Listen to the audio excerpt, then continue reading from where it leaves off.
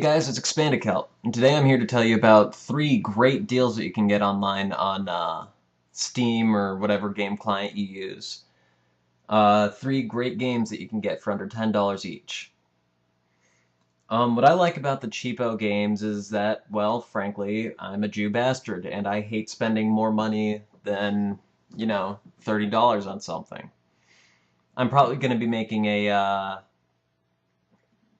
I'm probably going to be breaking my own rule because I'm going to be buying Bad Company 2 and Final Fantasy 13 coming up pretty soon here. But for the time being, I like being cheap.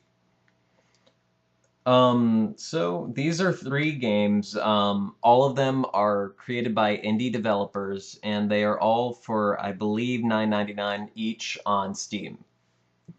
The first game I'm going to be telling you about is a game called Audiosurf.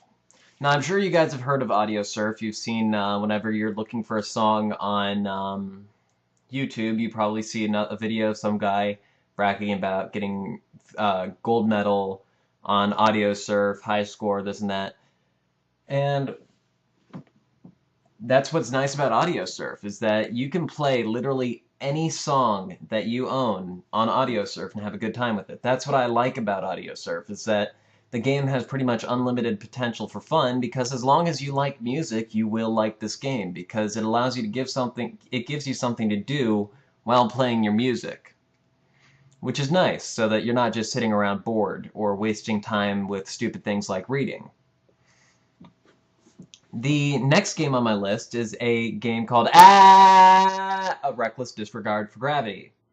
Yes, I know it's a strange name. That is the name, is a scream and then a reckless disregard for gravity. The point of this game is it's basically a virtual base jumping game in which you get to jump off of a roof in a floating city and dive down through a bunch of hoops and rings, trying to get points by getting as close to buildings as possible without, shattering every bone in your body. Excuse me. And things like that. It's a very, very fun game. And what I like about it is that it's got a sense of humor. It's a very funny game.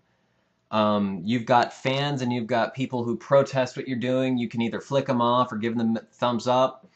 Just the entire style of the game is very relaxed, casual, fun, and quirky, I guess. It's got that indie feel to it.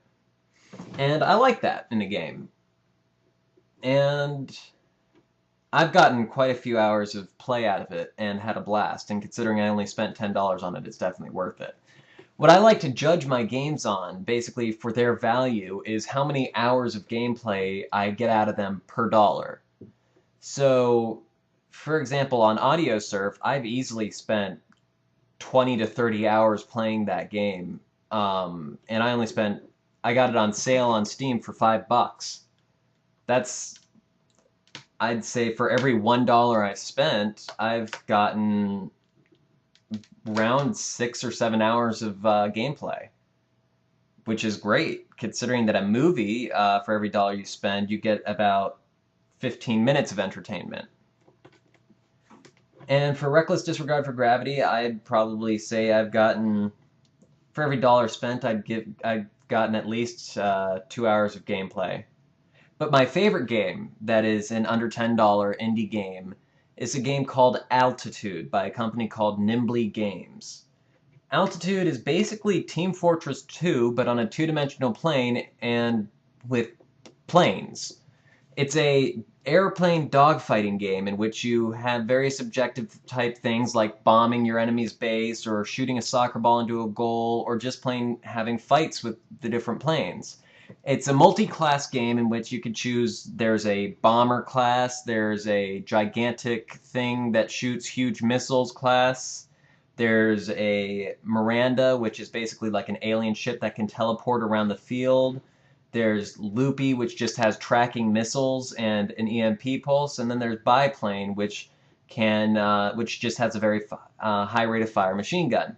And these different classes are actually pretty well balanced, although you see some of them being used more than others, and there are some strategies with some that are a bit cheap.